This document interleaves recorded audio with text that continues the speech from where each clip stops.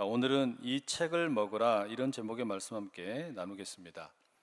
오늘 우리가 함께 읽은 말씀은 요한계시록 10장의 말씀인데 요한계시록은 참 어려운 책입니다.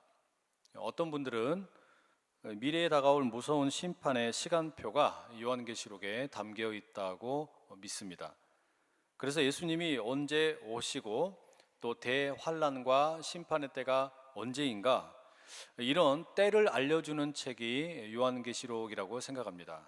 그렇지 않습니다. 예수님께서는 마태복음 24장 36절에 이런 말씀을 하셨습니다. 그러나 그 날과 그 때는 아무도 모르나니 하늘의 천사들도 아들도 모르고 오직 아버지만 아시느니라. 마지막 때 예수님께서 다시 오실 그때, 또 심판이 있게 될 그때는 하나님 말고 아무도 모른다라고 우리 주님 말씀하셨죠. 그러니 어떤 시간표를 알기 위해서 요한계시록을 읽으면 곤란하겠죠. 그러면 요한계시록은 우리에게 무슨 이야기를 들려주는 책입니까? 다양한 어떤 상징들, 또 어려운 이미지들, 이런 것들이 가득하기 때문에 요한계시록 이해하기는 어렵지만, 이 성경 말씀은 본래 수신자인 1세기의 초대교회 성도들에게 어떻게 믿음으로 살아야 하는지를 들려주는 책입니다. 당시에 이 성도들은 로마의 제국의 황제를 숭배해야만 밥을 먹고 살 수 있었고, 또 황제에게 절을 해야만 직업을 구할 수도 있었고, 예수님이 아니라 황제가 구원자라고 말해야 사람 구실하면서 살 수가 있었습니다. 그러니 그 당시에 신앙을 붙들고 산다라는 것이 참 어려운 일이었습니다. 출세는 고사하고요, 사람답게 살면서 삼시세끼 밥 먹으려고 하면 예수를 버리고 황제의 복음을 붙들어야만 살 수 있었는데, 바로 이런 잔인한 현실 앞에서 예수 그리스도를 믿는 그 믿음 가지고 산다라는 거, 이거 쉬운 일이 아니란 말이죠. 너무 어렵습니다. 지금 우리가 살고 있는 세상만 어려운 게 아니라 이 당시는 어쩌면 우리보다 더 어려웠는지도 모르겠습니다. 정말로 예수님을 구주로 믿고 살기 어려운 시대였습니다. 바로 그런 시대를 살고 있는 1세기 이 그리스도인들을 향해 이 사도 요한은 요한계시록을 통하여 세상의 유혹과 압제에 대하여 저항하고, 그리고 고난을 견디라고 한편으로는 응원하면서 그 믿음을 버리지 말라고 한편으로는 경고하고 있습니다. 그러면서 이 로마의 황제가 지배하는 삶에 의하여 끌려가지 말고 주님께서 진정으로 주인 되시는 그 삶을 살아라, 이런 삶을 이야기해 주고 있는 겁니다. 그러니 요한계시록에는 한편에는 응원, 다른 한편에는 경고, 이 두 가지가 핵심적으로 들어 있습니다. 그러면 여러분, 이 요한계시록을 기록한 사도 요한은 1세기 초대 교인들에게 어떻게 이처럼 현실을 저항하고 고통을 인내하고 하나님의 비전을 붙들고 살 수 있나, 이 힘이 어디 있다라고 말합니까? 로마의 황제가 지배하는 세상을 이기는 힘, 현실의 고난을 인내하는 힘, 또 새로운 세상을 꿈꾸는 비전의 힘, 이런 힘을 어디에서 공급받을 수 있다라고 말합니까? 오늘 우리가 요한계시록 전체의 이야기를 할 수는 없지만, 오늘 함께 읽은 이 10장의 본문을 가지고 그 대답을 찾아보려고 합니다. 8절에 이런 기록이 나오죠. 하늘에서 나와서 내게 들리던 음성이 또 내게 말하여 이르되, 네가 가서 바다와 땅을 밟고 서 있는 천사의 손에 펴 놓인 두루마리를 가지라 하기로. 요한계시록에는 이 사도 요한을 향하여 하나님께서 보여주시는 다양한 환상들이 나옵니다. 그런데 오늘 우리가 읽은 이 8절 본문에도 하늘로부터 이 사도 요한에게 들려지는 특별한 하나님의 음성이 있었습니다. 그것은 바다와 땅을 밟고 서 있는 천사에게 가서 두루마리를 가지라, 이런 음성이었습니다. 바다와 땅을 밟고 서 있는 천사, 이 천사는 10장 1절과 2절에 이렇게 소개되어 있습니다. 내가 또 보니 힘센 다른 천사가 구름을 입고 하늘에서 내려오는데, 그 머리 위에 무지개가 있고 그 얼굴은 해 같고 그 발은 불기둥 같으며 그 손에는 펴놓인 작은 두루마리를 들고 그 오른발은 바다를 밟고 왼발은 땅을 밟고. 이 천사에 대하여 묘사를 하는 내용이 다른 천사들과는 좀 다른 존재를 부각시키고 있습니다. 그래서 이 천사는 다른 천사들보다 힘이 아주 센 천사라고 말하고, 또 하늘에서 구름을 휘 감고 슉 내려와 가지고 한 발은 바다를, 다른 한 발은 땅을 디디고 서 있다라고 말합니다. 머리에는 무지개가 있고 얼굴은 해 같고 발은 불기둥 같은 모습인데, 왜 이렇게 특별한 모습으로 이 천사를 묘사하는 걸까요? 이 천사에게 어떤 특별한 사명이 있기 때문입니다. 그게 뭐냐? 이 천사는 하나님께서 예수 그리스도를 통해 현재 사람들이 살고 있는, 성도들이 살고 있는 땅과 바다가 지금은 많이 오염되어 있고 어떤 파괴의 역사와 억압의 역사와 슬픔과 사망의 역사로 점철되어 있지만, 예수 그리스도의 복음을 통해 이 모든 사망과 죽음과 파괴의 역사가 끝날 것이다, 이것을 선포하러 왔다라는 말입니다. 그래서 오른발은 바다를 밟고 서 있고 왼발은 땅을 밟고 서 있는 거예요. 그런 채로 지금 이 천사에게 손에 작은 두루마리가 하나 들려 있습니다. 펼쳐져 있는 이 두루마리, 거기에는 무슨 내용이 담겨 있었을까요? 우리가 다 살펴볼 수는 없지만 세 가지 정도의 내용이 들어 있습니다. 우선은 로마의 정체를 폭로하고 있습니다. 현재 세상을 지배하고 있다고 말하는 로마, 그리고 그 로마의 황제가 누구인지를 고발하는 겁니다. 이들은 하나님으로부터 임명받은 존재가 아니고 세상을 마음대로 유린하는 사탄의 졸개라고 말하는 겁니다. 하나님을 적대하고 하나님의 사람들을 핍박하는 로마와 로마의 황제는 하나님과 아무런 관련이 없고 다 유한한 피조물일 뿐이라는 것입니다.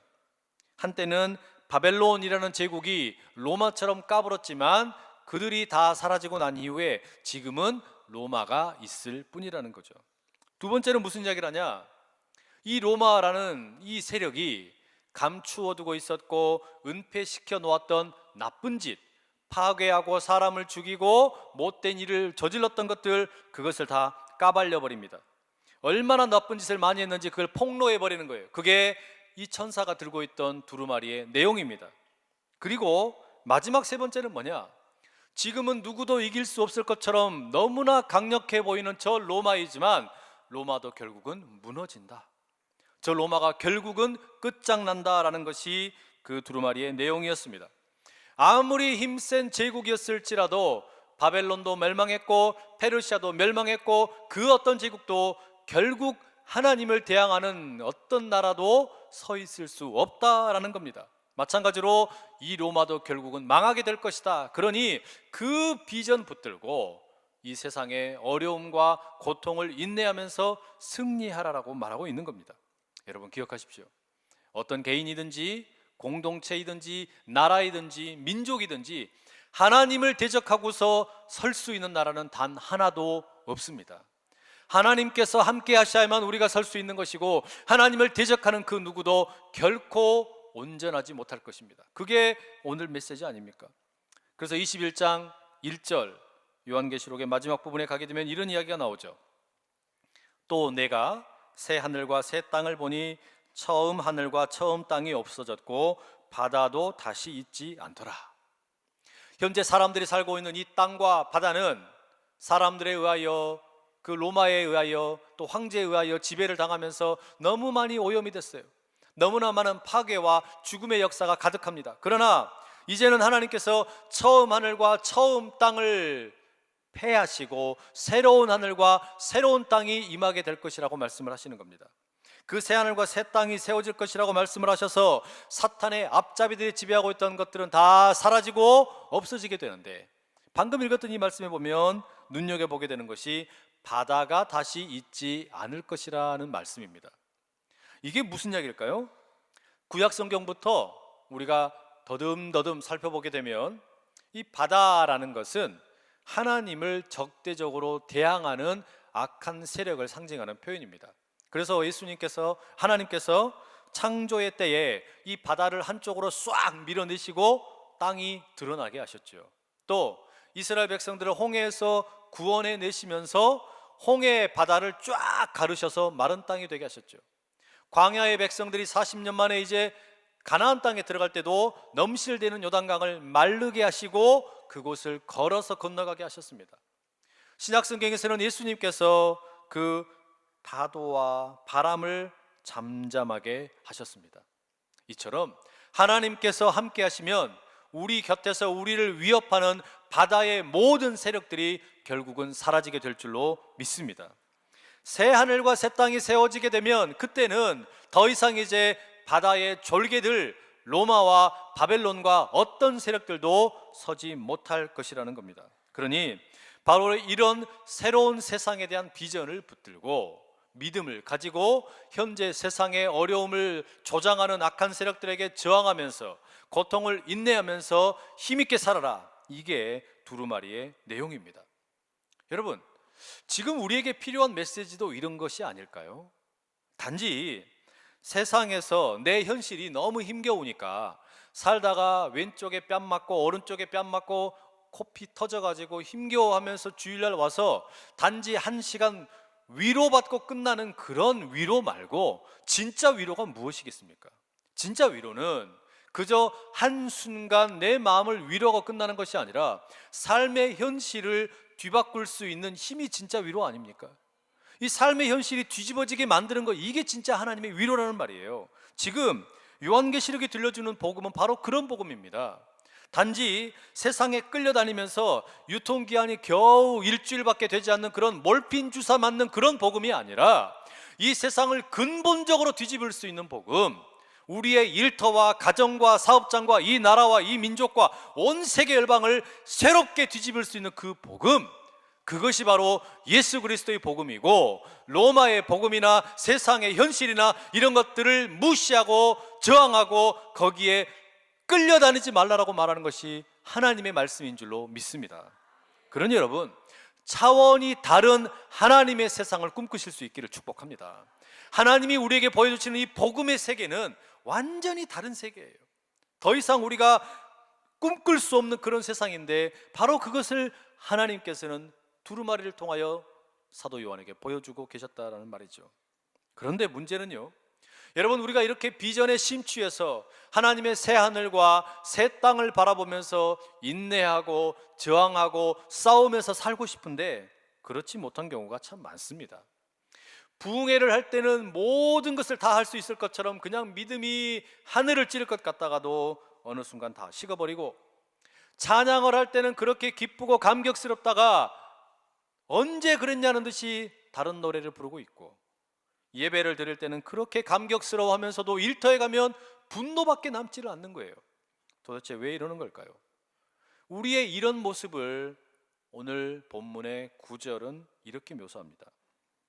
내가 천사에게 나아가 작은 두루마리를 달라 한즉 천사가 이르되 갖다 먹어버리라. 네 배에는 쓰나 네 입에는 꿀같이 달리라 하거늘.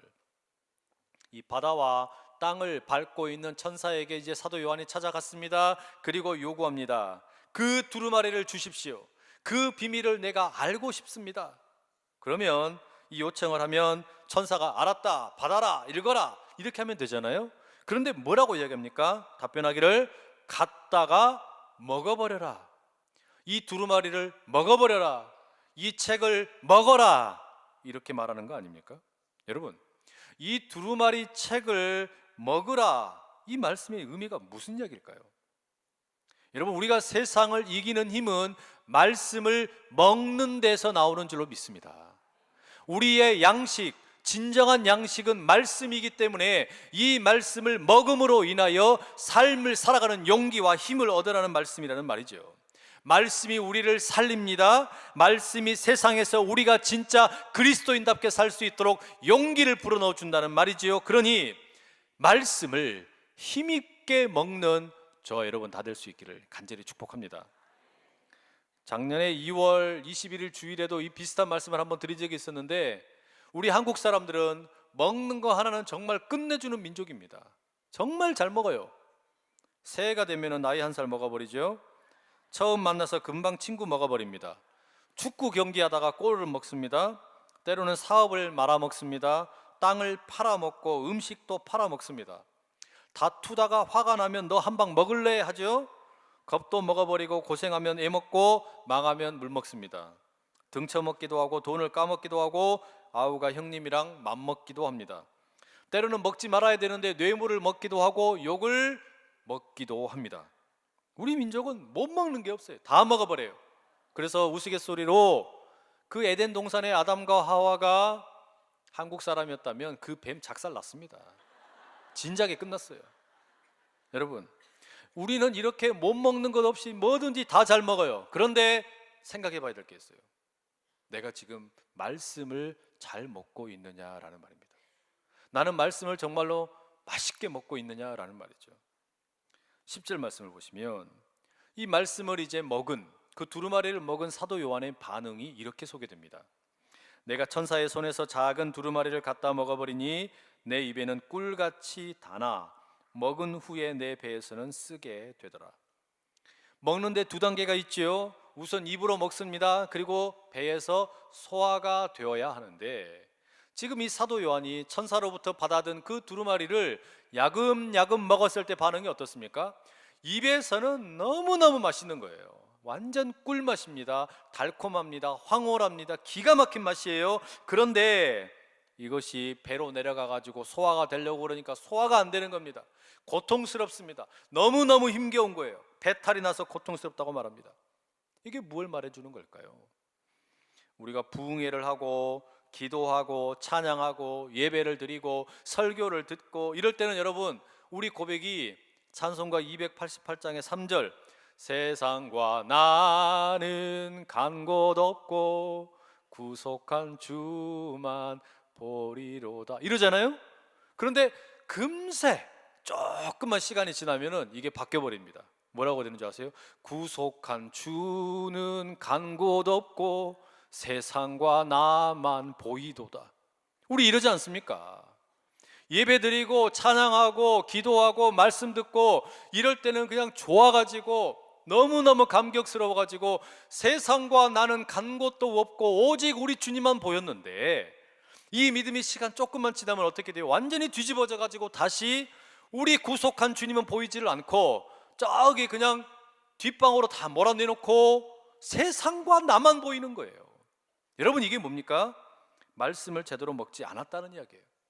말씀을 먹기는 먹었는데 입에 달콤하게 느껴질 때 그때까지는 좋았어요. 그런데 배에 들어가서 피곤하고 힘들고 어려우니까 이 말씀을 소화를 못 시키는 겁니다.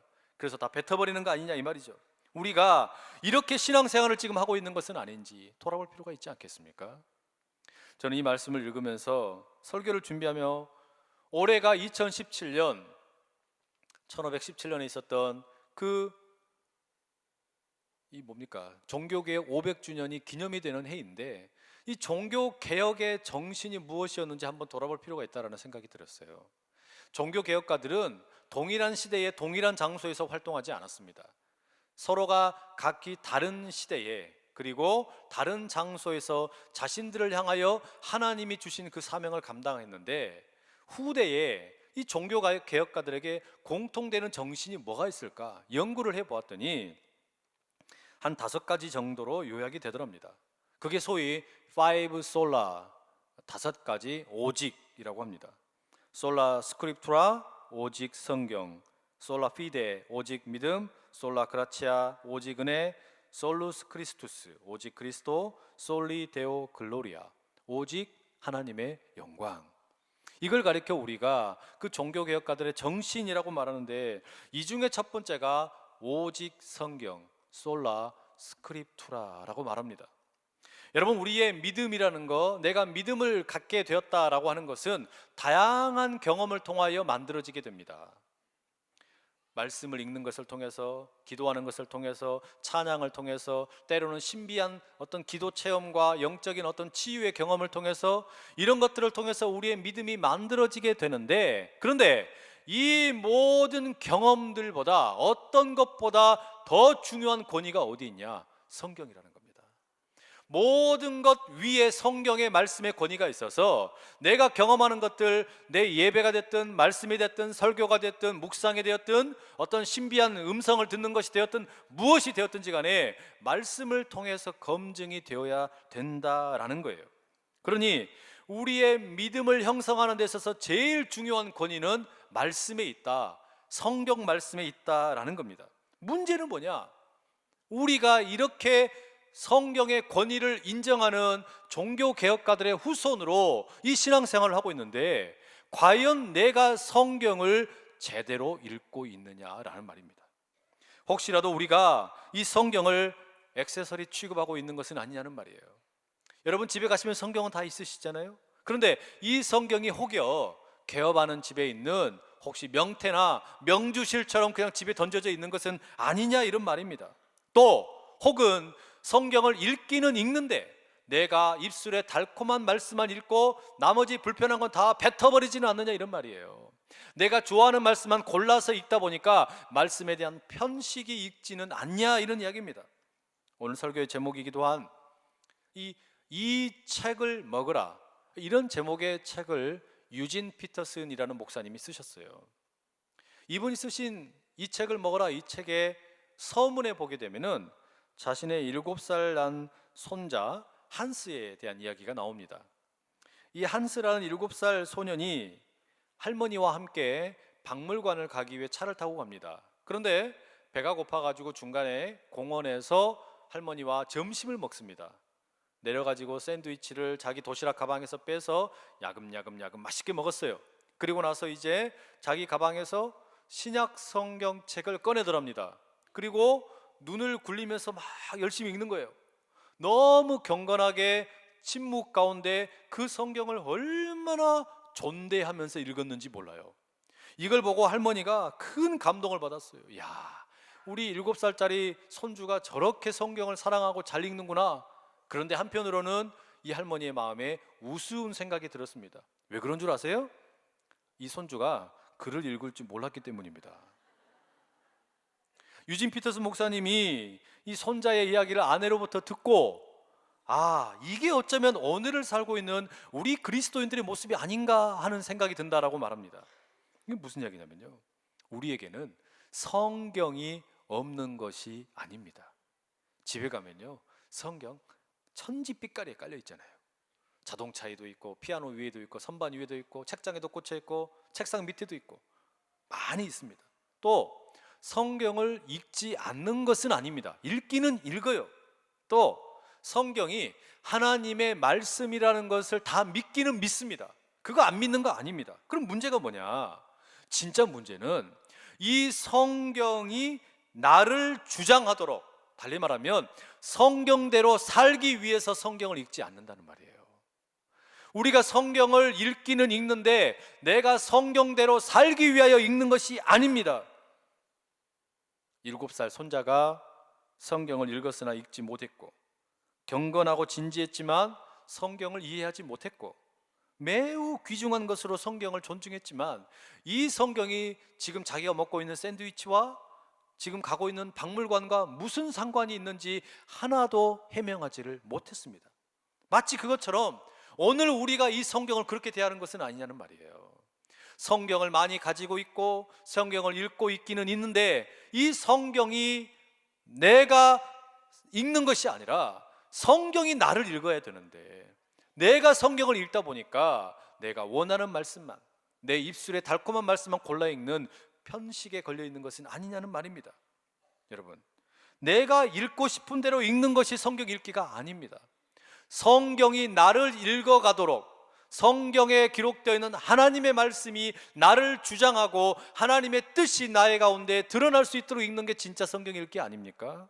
여러분, 성경을 통해서 하나님께서 여러분을 만지시고 여러분의 생각과 여러분의 의지와 여러분의 감정과 여러분의 마음과 여러분의 모든 삶의 지경을 새롭게 빚어가는 그런 성경 읽기가 일어날 수 있기를 간절히 축복합니다. 그렇게 성경을 읽기 시작하면 엄청난 일이 벌어지는 거예요. 내가 성경을 읽을 때는 아무 일이 벌어지지 않을지 모르지만 성경이 나를 읽기 시작하면 그때부터 상황이 달라집니다. 완전히 달라지는 거예요. 1세기 그리스도인들, 그들의 성경 읽기가 바로 그랬던 겁니다. 로마의 황제의 지배 아래 살고 있었기 때문에 이들이 성경을 읽는다라는 것은 목숨 걸고 읽는 겁니다. 목숨을 걸고 이 성경을 읽으면서 자신들은 지금 로마 황제에게 절하지 않으면 밥을 못 먹고 직업을 구하지 못하고 사회로부터 완전히 격리되는 삶을 살지만 그럼에도 불구하고 이들은 성경을 읽습니다. 왜요? 로마의 황제가 진짜가 아니라 우리 주님이 진짜 예수 그리스도, 우리 주님이 주님이시다, 진정한 구원자이시다, 이것을 믿었기 때문에 이들은 하나님의 비전을 보았기 때문에 그 하나님의 능력을 힘입어서 세상을 향하여 저항할 줄 알았고 찾아오는 고난을 인내할 수 있는 힘이 있었다라는 말이죠. 여러분, 이런 능력이 오늘 우리에게도 임하기를 축복합니다. 현실의 노예가 되어서 끌려다니는 인생이 아니라 하나님의 말씀이 내게 진정으로 임하여서 그 말씀이 나를 주장하여서 이 세상을 끌고 갈 수 있는 하나님의 능력이 나타나기를 간절히 소원합니다. 오늘 본문의 마지막 11절 이렇게 적고 있어요. 그가 내게 말하기를 네가 많은 백성과 나라와 방언과 임금에게 다시 예언하여야 하리라 하더라. 천사가 사도 요한에게 이 두루마리를 들고 있던 걸 주었습니다. 그리고 사도 요한은 그것을 먹었습니다. 입에서는 너무나 꿀처럼 달콤하고 아름다웠는데 배로 소화시키려니까 힘겨워요, 어려워요, 고통스러웠어요. 그런데 그렇게 다 먹고 소화시키고 나니까 천사가 뭐라고 말합니까? 이제 많은 백성과 나라와 방언과 임금들에게 다시 예언하여야 하리라. 이게 무슨 이야기일까요? 내가 하나님의 말씀을 입에서 그저 꿀처럼 달콤하다고 생각하고 끝나버릴 때는 하나님의 말씀을 외쳐봐야 아무런 힘이 없다라는 말이에요. 그러나 그 말씀이 내 입에서 머무르지 않고 내 뱃속으로 들어가서 고통스럽지만 살아내보고 그것을 견뎌내고 그것대로 이끌림을 받게 되면 그때부터 뿜어져 나오는 말씀은 세상을 변화시키고 사람들의 마음을 흔들어내는 위대한 하나님의 음성이 되는 줄로 믿습니다. 여러분, 이게 다른 이야기가 아니에요. 하나님께서 나를 사랑하신데, 하나님이 내게 복을 주신데, 하나님이 나를 얼마나 이뻐한 줄 모르신데, 이런 이야기 들을 때는 우리의 입술에 달콤함이 넘치지요. 얼마나 기분이 좋습니까? 그런데 뱃속으로 이 말씀이 내려와가지고 꾹꾹 내려와서 소화시키려고 그러면 이제 다른 음성이 들려옵니다. 희생해야 되는데, 봉사해야 되는데, 하나님을 섬겨야 되는데, 다른 이웃들을 더 사랑해야 되는데, 용서해야 되는데, 긍휼해야 되는데, 이런 이야기가 들리니까 어떻게 되는 겁니까? 거북스럽습니다. 이런 것을 이제는 버려버리고 싶은 거예요. 그러면 어떻게 된다는 겁니까? 말씀의 능력이 나타나지 않는다는 거예요. 그러나 입술의 달콤함으로 머물지 않고 뱃속으로 들어와서 그 말씀들을 온전히 소화시키고 나면 이 말씀이 나를 변화시키셔서 하나님의 말씀에 사로잡힌 자로 이 세상 가운데 힘있게 쓰임받는 하나님의 사람이 진정으로 되는 줄로 믿습니다. 여러분, 우리가 살고 있는 이 세상 참 험악하고 어렵지요. 현실이 너무나 무섭지요. 거대한 장벽을 마주하고 있는 것처럼 답답하게 느껴질 때가 참 많습니다. 헌데 여러분, 이것은 지금 오늘 우리만 그렇게 살고 그랬던 것이 아니라 이 세상은 창세 이후로 지금까지 단 한 번도 살기 좋은 적은 없었습니다. 언제나 배고픈 사람이 있었고, 병든 사람이 있었고, 집이 없어서 우는 사람이 있었고, 힘겨워서 아파하는 사람들은 이 세상에 언제나 있었습니다. 진짜 문제는 무엇입니까? 현실을 바라보면서 현실 때문에 그것만 바라보다가 실패하는 인생이 될 것이냐, 아니면 현실이 아니라 나를 향하여 하나님이 말씀하시는 그 음성, 하나님의 말씀에 붙들려서 그 말씀으로 현실을 저항하고 인내하고 새롭게 만들어갈 것이냐, 바로 여기에 달려있는 거 아니겠습니까? 그러니 여러분, 이 하나님의 말씀을 온전히 부여잡고 세상을 이길 힘을 얻어서 승리하는 여러분 다 되시기를 간절히 축복합니다. 그래서 교회는 이 말씀을 어떻게든지 우리가 먹고 살아야겠기에, 우리는 이 말씀을 먹어야만 살 수 있는 존재이기 때문에 교회는 함께 동일한 말씀으로 큐티 운동을 시작해 보려고 합니다. 온 교회가 동일한 말씀으로 새벽 기도회를 드리고, 동일한 말씀으로 구역 모임을 하고, 동일한 말씀으로 당회에서부터 재직회, 여전도회, 남선교회, 수없이 많은 모임들의 삶의 나눔을 갖고, 그 자리에서 함께 읽은 말씀을 가지고 이 말씀이 입에서 뱃속으로 들어가서 경험된 그 말씀을 나누게 될 때 삶의 놀라운 진솔한 고백들이 나오지 않겠습니까? 바로 이런 역사를 우리가 함께 경험해 볼 수 있기를 간절히 축복합니다. 정호승이라는 시인이 쓴 시 중에 밥그릇이라는 시가 있습니다.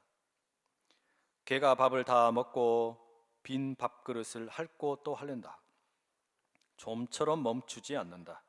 몇 번 핥다가 그만둘까 싶었으나 혓바닥으로 씩씩하게 조금도 지치지 않고 수백 번은 더 핥는다. 나는 언제 저토록 열심히 내 밥그릇을 핥아보았나? 밥그릇의 밑바닥까지 먹어보았나? 개는 내가 먹다 남긴 밥을 언제나 싫어하는 기색 없이 다 먹었으나 나는 언제 개가 먹다 남긴 밥을 맛있게 먹어보았나? 내가 핥던 밥그릇을 나도 핥는다. 그릇에도 맛이 있다. 햇살과 바람이 깊게 스민 그릇의 밑바닥이 가장 맛있다. 여러분, 개도 자기가 먹는 그 밥 다 먹고 혹시나 더 먹을 것이 있을까 싶어서 그 그릇을 핥고 또 핥는데, 여러분, 우리는 밥이 무엇입니까? 우리의 양식, 하나님의 말씀인 줄로 믿습니다. 이 하나님의 말씀인 양식을 날마다 핥고 또 묵상하며 먹고 또 먹어서 그릇이 닳아 없어질 때까지 그렇게 붙들려 말씀 가운데 살 수 있는 저와 여러분 다 될 수 있기를 간절히 축복합니다. 그때 하나님께서는 우리의 삶 가운데 놀라운 일을 행하실 것입니다. 이 말씀의 잔치 가운데 우리가 동참하게 될 때 그 그릇을 아까운 줄 모르고 핥고 또 핥을 때 내 삶이 바뀌고 내 일터가 바뀌고 가정이 바뀌고 사업장이 바뀌고 우리의 교회와 이 나라 이 민족이 변화되는 역사가 일어나게 될 줄로 믿습니다. 우리 시간 함께 같이 한번 기도하기 원하는데요, 이렇게 기도하기를 원합니다. 하나님, 우리에게 허락하신 이 말씀을 부여잡고 그저 입술의 달콤함으로 머물러 버리는 인생이 아니라 뱃속에서 때로 고통스럽고 힘겨울지라도 이 말씀을 부여잡고 힘있게 승리하는 우리가 되어 말씀의 사람으로 우뚝 서게 하여 주시옵소서. 우리 그런 결단을 가지고 주여 힘있게 세 번 외치고 기도하며 나갑니다. 주여, 주여, 주여. 하나님 아버지, 우리 사랑하는 아버지 하나님, 주님께서 허락하신 말씀, 아버지 하나님, 이 말씀을 부여잡고 살아야만 하는데 아버지 주님, 혹여 내가 이 말씀을 장식품으로 여기지는 않았습니까? 하나님 말씀을 내 심령 가운데 그저 아버지의 입술의 달콤함으로 머물러 끝나버리지는 않았습니까? 하나님 말씀 다시 일어나기 원하며 하나님 말씀 다시 나를 읽어가는 역사가 있게 하여 하나님 말씀을 다시 주시옵소서. 일어날 수 있는 나를 새롭게 읽어감으로 시작하는 인하여 우리 심령이 온전히 되어주시도록 변화되는 주님 이 시간 삶이 함께 되게 하여 주시옵소서. 주시옵소서. 주님의 성령께서 우리 아버지 심령 가운데 온전히 하나님 말씀을 맡겨드리고 설복하여 그 주시고 능력으로 하나님 세상을 말씀을 들려줄 수 있도록 귀를 가정과 열어주시고 일터와 하나님 사업장에 은혜를 변화된 함께 역사가 하여 있게 주시옵소서. 하여 주시옵소서. 사랑하는 아버지 하나님, 사순절 첫 번째 주일을 보내며 주님 주신 말씀을 다시 생각합니다. 이 책을 먹으라 말씀하셨는데 우리는 때로 입에 달콤한 맛있는 말씀만 취하고 말았습니다. 내 배에 쓰고 소화시키기 거북한 말씀을 뱉어버리곤 했습니다. 그러나 주님, 이제는 말씀을 제대로 먹고 살아가는 우리 모두가 되게 하여 주시옵소서. 말씀이 내 삶을 주장하고 가정과 일터와 사업장, 이 나라 이 민족, 우리 교회를 주장하는 역사가 일어나게 하여 주시옵소서. 그리하여 이 세상에서 복음의 증인으로 당당해서 하나님의 놀라운 일꾼으로 쓰임받게 하여 주시옵소서. 거룩하신 우리 주님 예수 그리스도의 이름으로 기도드립니다. 아멘.